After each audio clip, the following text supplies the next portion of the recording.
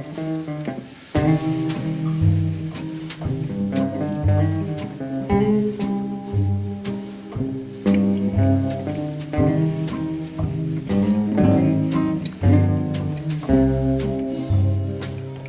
was a middle-class girl. She wasn't over her head.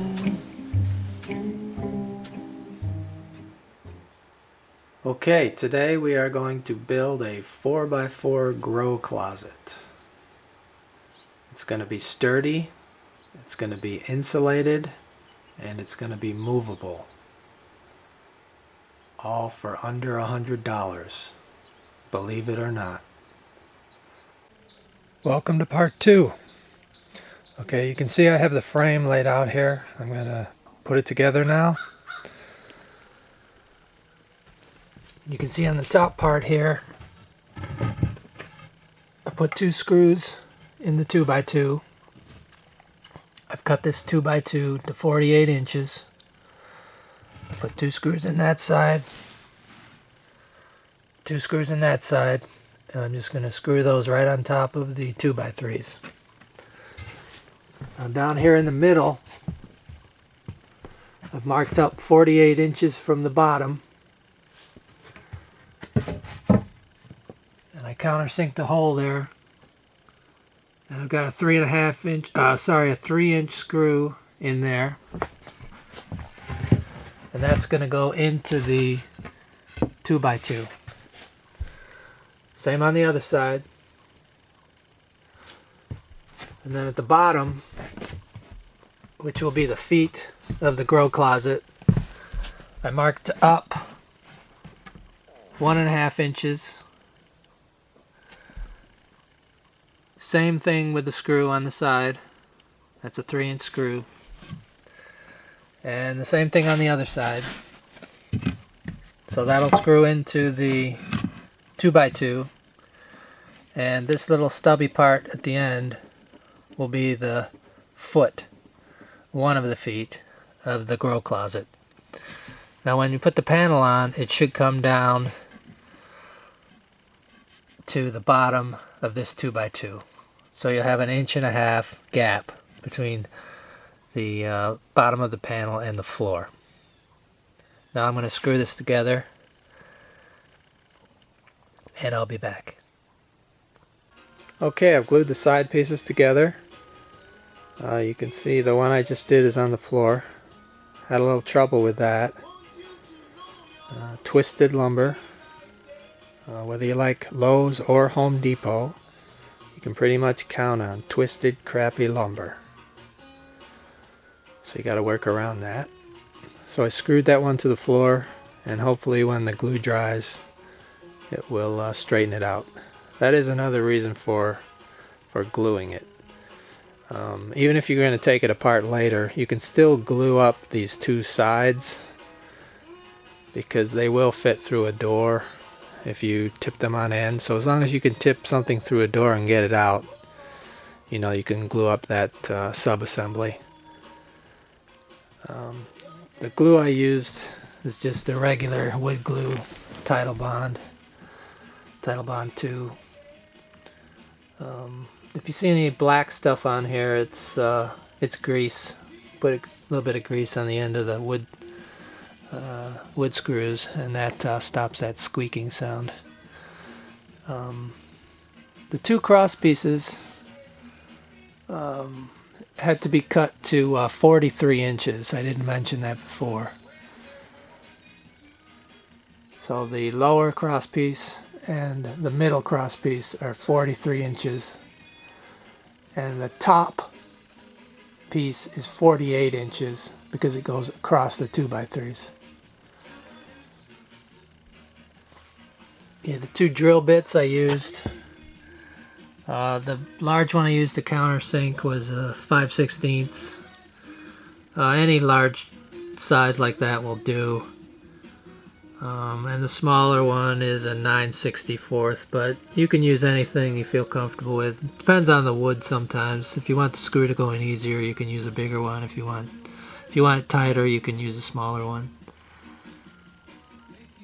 And that's about it for the sides. And I'm going to let this bottom one dry here, and then we'll put the foam panels onto the sides. Okay, so I have the panel lined up with the frame. The only thing I did to the frame was I added a couple wheels. You can see I just drilled a hole in the bottom, and I had these wheels laying around, so I figured I'd put those on the bottom while I had the chance, because it's real hard to put them on after you have the room up. So if you want it on wheels and you want to be able to roll it around, put the wheels on before. And you can buy all types of wheels. You can buy locking kinds, any type you want, but put them on before you put all the panels together, because it'll be really hard afterwards. So now I'm just going to go ahead and screw the panel onto the frame. Remember that the white side is inside and the framing is on the inside. So you want to turn that white panel the way it is now against that frame and screw it on. You can put the framing on the outside, but that's a whole nother project, and you sacrifice some rigidness of the frame if you don't connect all the wood together. So the frame will be stronger if the wood is inside the grow room. Okay, I'm going to show you one of these screws. I usually put 7 along the sides and 3 on the top and 3 on the bottom. So it's a total of 20 screws and washers for each panel.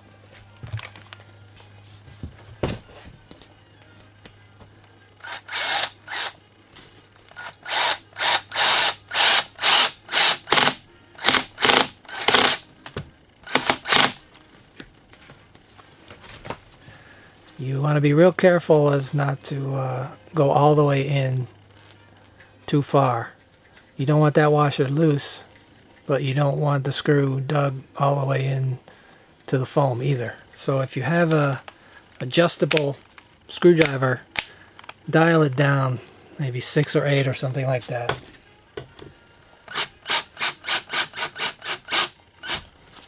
So you want it snug like that, so nothing's moving, but you don't want it in. You want it outside of the panel.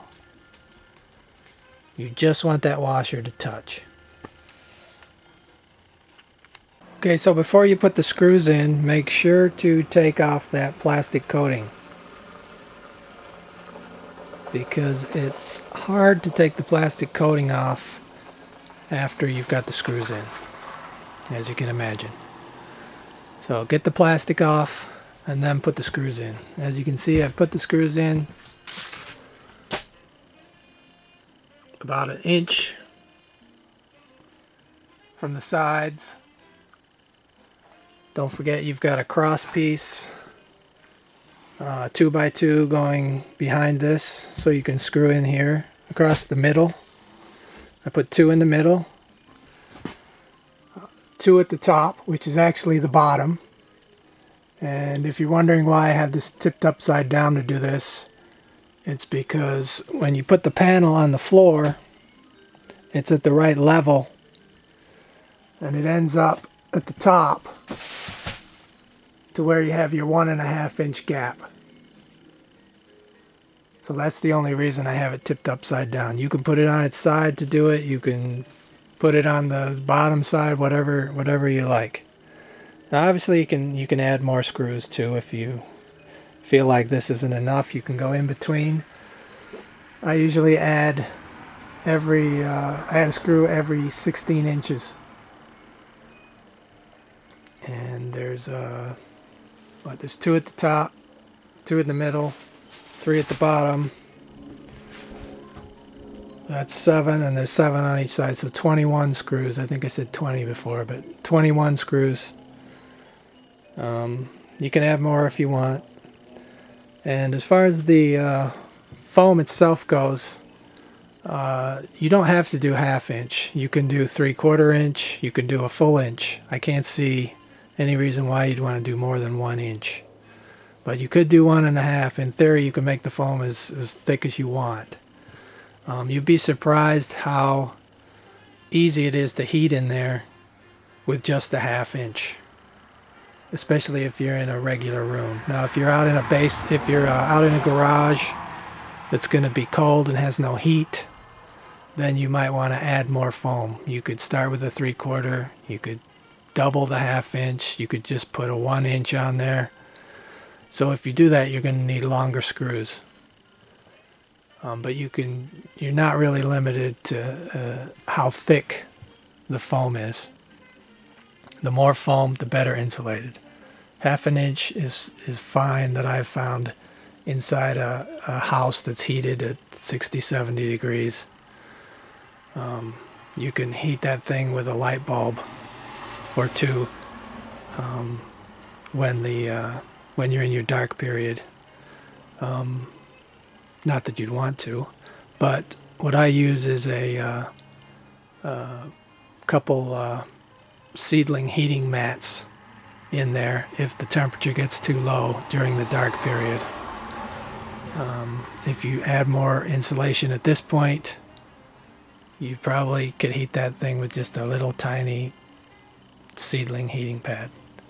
So that's up to you how much foam you want to put on the walls. This one I'm doing for $100.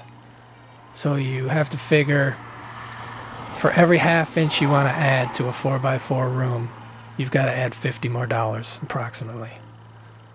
So if you wanted to make this a 1 inch thick, it would be $150. If you wanted to make it 1.5, then you'd be up to $200, and so on. So you can decide your thickness of foam. 1/2 inch is fine for this one right now. The panels are finished. They're all glued up on the frame and the foam's all attached. As you can see now, I've attached two 2x2s to the top. This is the top, the other end is the bottom. So cut 2 pieces of 2x2 of 48 inches and attach them on the top here, and one on the bottom.